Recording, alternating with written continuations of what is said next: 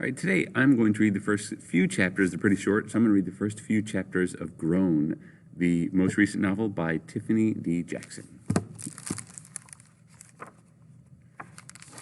Part 1. Chapter 1, Beet Juice. Now. When I wake, I'm eye level with a puddle of beet juice soaked into the carpet, soft fibers cushioning my cheek. The beet juice is dark, thin, dried, sticky between my fingers. Damn, I have to pee. I roll over, spine unforgiving, and struggle to my feet, knees wobbling, pain shooting stars through my skull. Out of the one eye that isn't swollen, everything is a bright blur. The blinding sun shines through dozens of floor-to-ceiling windows overlooking the city. My jaw is an unhinged door. I lick blood off my bottom lip, relish the metal taste, and take in the room. There's blood everywhere. No, not blood, beet juice, or maybe cranberry. Thinned barbecue sauce, but no, not blood. Blood means more than I can comprehend.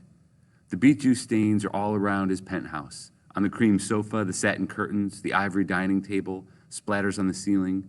I even managed to spill some beet juice down my tank top and jeans. A hectic painting on what was once a pure white canvas. A breeze glides up my bald head, the tips of my ears icy as I'm attacked by shivers. It's not the beet juice or my position on the floor that unnerves me. It's the silence. No music, no television, no voices. Damn, I'm a mess, and he's going to be so mad when he sees all these stains.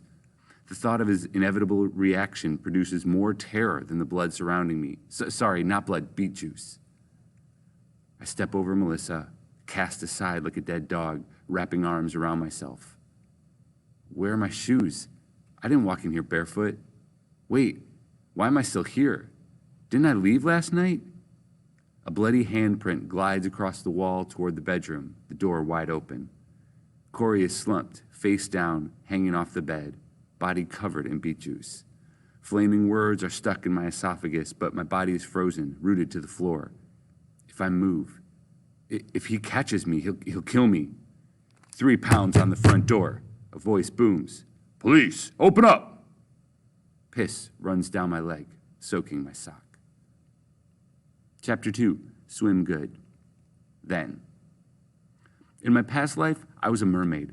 I lived deep in the ocean, swimming free, eating crustaceans, and singing 5-octave ballads. My notes caused ripples in the sea. Whales, turtles, and seahorses alike gathered for my daily concerts. But on land, I struggle to breathe. Humans don't understand my pescatarian diet, and singing is a concept, not an aspiration. Sitting a few feet away from a near Olympic-sized racing pool, I warm up my quads. Pool water is nothing but fake water. Swimming in it feels unnatural, but it's the closest substitute I can manage to find. Whitney Houston hums through my headphones. Where do broken hearts go? The stretching playlist has some of my favorite classics. Mariah Carey, Aretha Franklin, Diana Ross, Chaka Khan, Nina Simone. I wish I could hook it up to a waterproof speaker and drop it in the pool. Synchronized swimmers listen to music underwater all the time. Maybe I should try out next year, be a tour de force, an underwater ballerina who can sing. Arms extended up with a graceful bow, I stretch and hum and stretch and hum. All right, Enchanted, would you just sing already? Mackenzie Miller stuffs her long blonde hair into a swim cap. Huh? Go ahead, sing, she says, her pink lips in a sly smirk. You know you want to. Might as well, Hannah Tavano says next to her, slipping out of her track pants. You're humming loud enough. The entire swim team nods in agreement. Well, I'm always willing to give the people what they want, I say, stripping out of my sweats. I step to the edge of the pool, grabbing hold of my invisible mic. Where do broken hearts go? Can they find their way home? Back to the open arms of a love that's waiting there. The thing about singing near the pool is the acoustics. My voice carries, notes bouncing off the tiles, the dome roof, then skipping across the water like a pebble before boomeranging back. Every word pulses and echoes through my bloodstream, but then the song ends. The adrenaline leaves me breathless. Applause shakes me out of a trance, and I glimpse down at my fans, a group of 8 pale faces in matching navy swimsuits. Wow, it's like you can really sing, Hannah says in disbelief. You sound just like Beyonce. My other teammates nod in agreement. My heart deflates a bit, I mean, I love Beyonce, but they use that comparison because that's the only black singer they know. Ladies, a voice shouts behind us. Coach Wilson leans against the door frame in her office, pushing her red glasses back up her thin nose. If you're done with your concert, can you kindly get your butts in the water? Now, 10 laps, let's go. The whistle blows and I dive in, slipping under the surface like sliding into a freshly made bed. In the lanes to the right and left of me, Mackenzie and Hannah practice their breaststroke. My goggles are tight, but on purpose. I hate when chlorine slips through the crevices and I end up with red eyes like I've been smoking a blunt. Not that I'd know what that's like, but being one of 10 black students in the entire school, the stupid assumption would be too easy.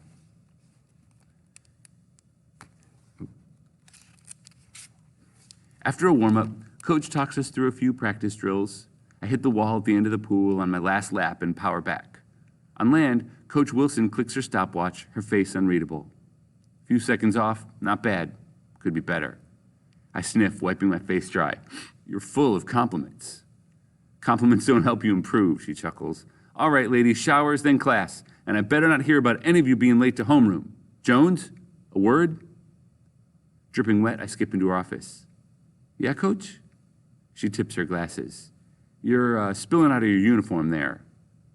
I give myself a once-over. I am? Butts and boobs need to be fully covered. Might be time to move up a size. The locker room smells of chlorine and musty wet socks as a blow dryer churns in the background. Glad I don't have problems like long hair to deal with anymore. In and out of the shower, I can be ready for school in less than 10 minutes. Parkwood High School is the only private one in the country that doesn't have a strict dress code, but the student handbook specifically says no hats, no short skirts, no distracting hairstyles. Yeah, I can read between the words unsaid there too. I solved that problem by shaving off my locks. But somehow, my presence is still distracting. At the mirror, I glide a hand over my baldy, the short hair prickling my fingertips. The cutest shirt I own looks plain in the dingy locker room light. I didn't want to do too much. It would set off alarms, and I'm already nervous about today as it is. Maybe later, with Gab's gold hoops and some bright pink lipstick, I'll look hot. Hot? Nah, this is going to be a disaster. Mackenzie slams her locker shut with a smirk. Kyle Bacon. I press my lips together to compose myself before feigning ignorance. Who?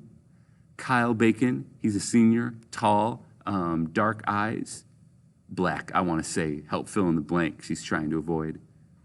What about him? I sigh, knowing where this is going. Well, he doesn't have a date to the dance. You should go with him.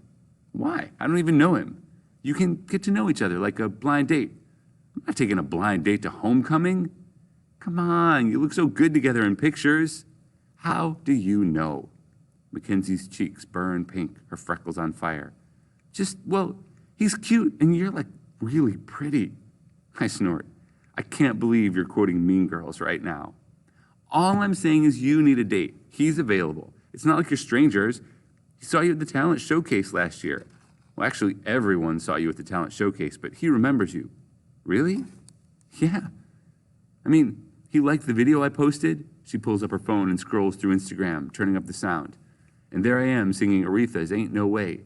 Bet 75% of my classmates had never even heard the song before. I swallow back the memory.